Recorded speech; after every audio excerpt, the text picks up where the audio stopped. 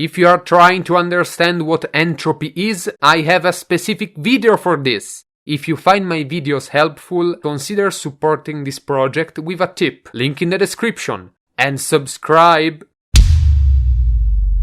When it's time to calculate entropy, this is the average student's reaction. But don't worry, it's not that hard, you can do it. It's just a matter of getting used to a few different formulas. But first things first, we must distinguish between three different quantities: entropy of the system, entropy of the environment, and entropy of the universe. Matteo, but one was already a nightmare by itself. Now there's three of those? Take it easy. The entropy of the system is what you saw in the other video. It's the entropy of your gas, or of your particle system, for what matters. The entropy of the environment is the entropy of everything interacting with the system. In thermodynamics, usually the environment is represented as one or more thermal sources, aka thermal baths. They are undefined objects with their own temperature, and their job is just trading heat with the system.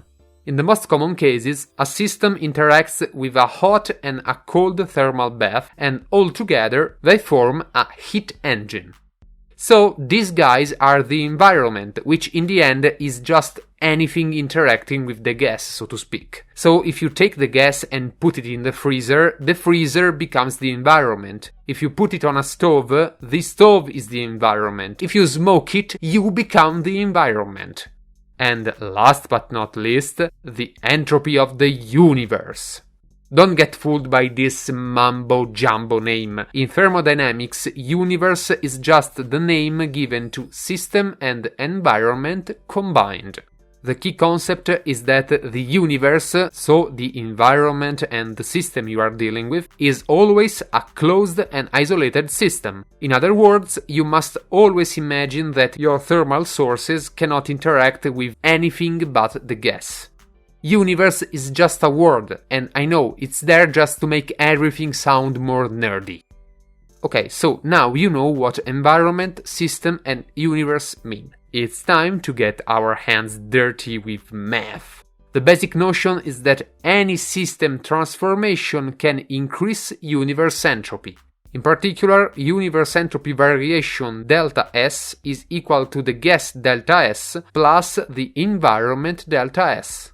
There's just one case where the universe delta S is equal to 0, and that's when the transformation is reversible. If transformations are irreversible, universe delta S is always larger than 0. But beware, gas delta S and environment delta S can be both positive, negative, or equal to 0, and they don't give a whether the transformation is reversible or not. So let's see how you can calculate gas and environment delta S. Starting with the gas, there's actually a very convenient formula that works for any transformation, reversible or irreversible. Gas delta S equals nCp times the logarithm of final volume over initial volume plus nCv times the logarithm of final pressure over initial pressure. And here is the number of moles in your gas. Cp and Cv are the gas-specific heat capacities. Vf and Vi are gas volume at the end and at the beginning of the transformation. Pf and Pi are pressure at the same points. This one is the best, because it always works, at least if you are working with ideal gases. Now let's move to the environment. Here's a nice trick. If your transformation is reversible, environment delta S is equal to minus gas delta S. So you can use the same formula I've shown you a few seconds ago. For irreversible transformation, well, things can get a bit more complicated depending on what kind of environment you are dealing with. In general, environment delta S is equal to the integral between the starting and the final environment temperature of 1 over T, which is the temperature, times dQ, which is the heat exchanged between the environment and the system. But since you want to avoid integrals like you avoid eye contact with strangers on the street, here's a common case where you get a simple alternative. If the environment is an ideal thermal bath, meaning it never changes its own temperature, delta S is equal to minus Q over T. Q is the heat exchanged by the system from the point of view of the system, so Q is positive if the system absorbs it, and it's negative if the system releases it. T is the thermal bath temperature, but please be careful, you can use this formula and not the integral only if the environment isn't changing its temperature during the transformation. So, what if you really have to use integrals? Well, that's where it actually comes down to the specific situation. The way to go is usually finding a way to replace that dq in the integral with a formula containing t. Just to give you an example, if the environment is a solid or a liquid, you can write dq as the specific heat capacity of that material times its mass times dt. Now the integral can be solved and becomes Cp times m times the logarithm of final t over initial t.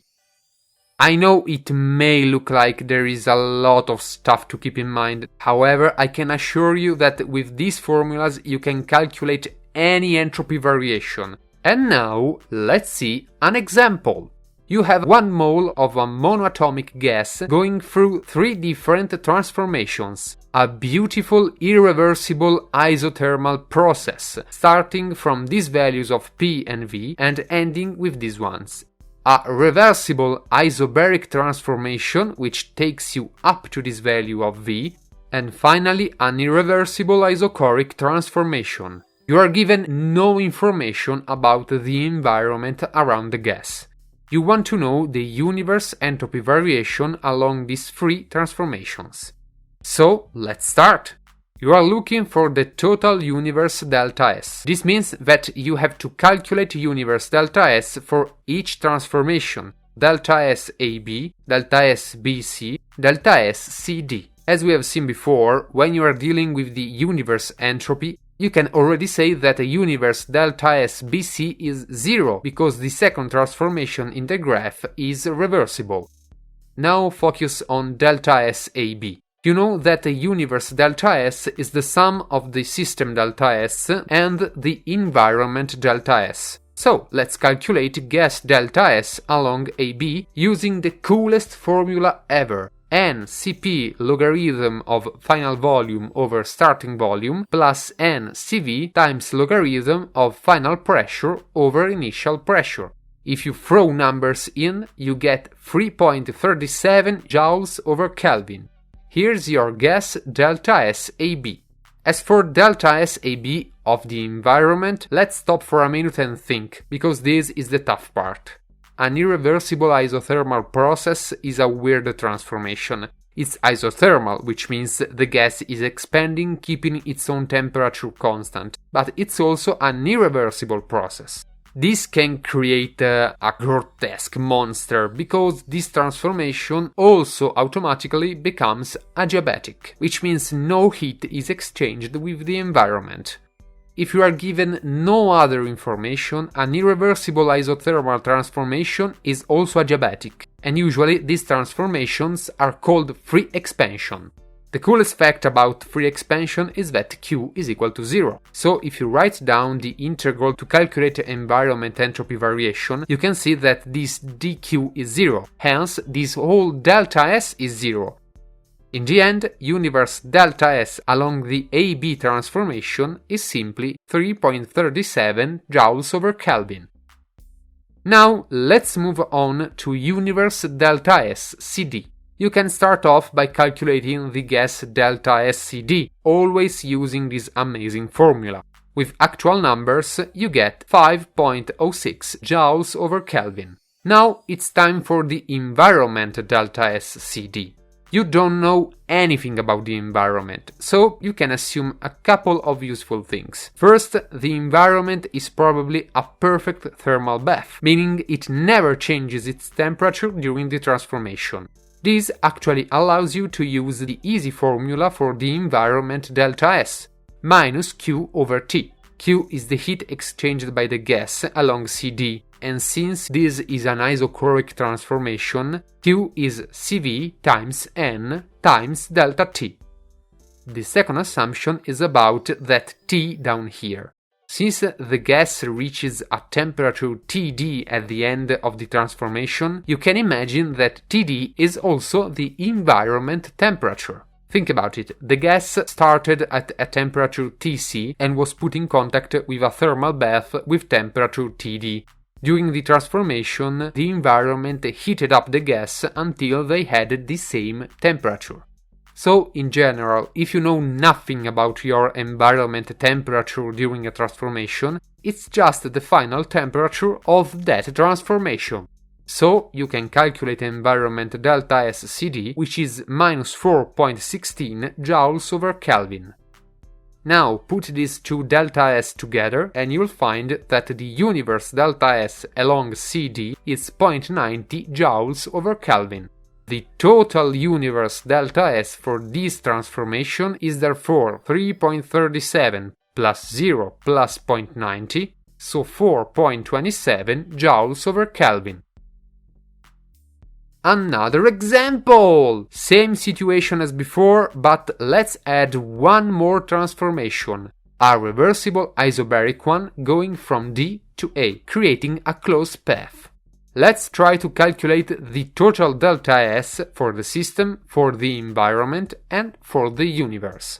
The key distinction between this example and the previous one is that here you have a cycle. Cycles are always amazing, especially with entropy. The secret is that the total gas entropy variation is zero along a cycle. This is possible just because at the end of the day, entropy only depends on temperature. So if your system goes back to the starting point after all these transformations, it goes back to the starting temperature. This means that the final entropy will be the same as the initial entropy, so delta S will be zero.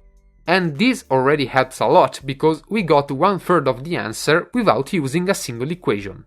Now let's move on to the total environment delta S. Remember, you cannot ignore reversible transformation when dealing with the environment, so you have to go through each transformation one by one. For AB, you actually already know that Q is equal to 0, and so environment delta S AB is equal to 0. One down, 3 more to go. For the second transformation, which is reversible, your saving grace is that the environment delta S is equal to minus the gas delta S. So, environment delta S is minus NCP logarithm of final volume over initial volume minus NCV logarithm of final pressure over starting pressure. Doing all the calculation, you get minus 5.98 joules over Kelvin. Another one done! Now it's time to look at CD, but you already did the calculation in the previous example. You used the formula minus Q over T. The result was minus 4.16 joules over Kelvin. And finally, it's the environment delta S dA turn. dA is still a reversible transformation, so this delta S is equal to minus gas delta S dA. Therefore, minus NCP logarithm of final volume over starting volume minus NCV logarithm of final pressure over starting pressure. With numbers, you get 14.4 joules over Kelvin. So let's wrap it up. The total environment delta S is 0, minus 5.98, minus 4.16, plus 14.4, so 4.27 joules over Kelvin. But what about the total universe delta S? Easy! The total universe entropy variation is gonna be the total environment delta S plus the total gas delta S. But you know that the letter is 0, so the universe delta S is equal to the environment delta S.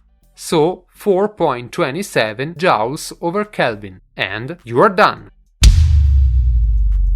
We are almost finished, and some of you morons is probably raging, realizing a ton of heat and raising entropy in the universe at the speed of light. And I know why. Matteo, but where is Boltzmann equation? Where are microstates, macrostate, energy levels? I don't give a about this rookie guess stuff. I'm studying statistical mechanics. If you guys want some more advanced entropy tricks and examples, tell me in the comment and maybe send me some examples of what you would like to see in a future second part of this video. I tried to stick to the more basic and common situation, but feel free to suggest ideas for future lessons.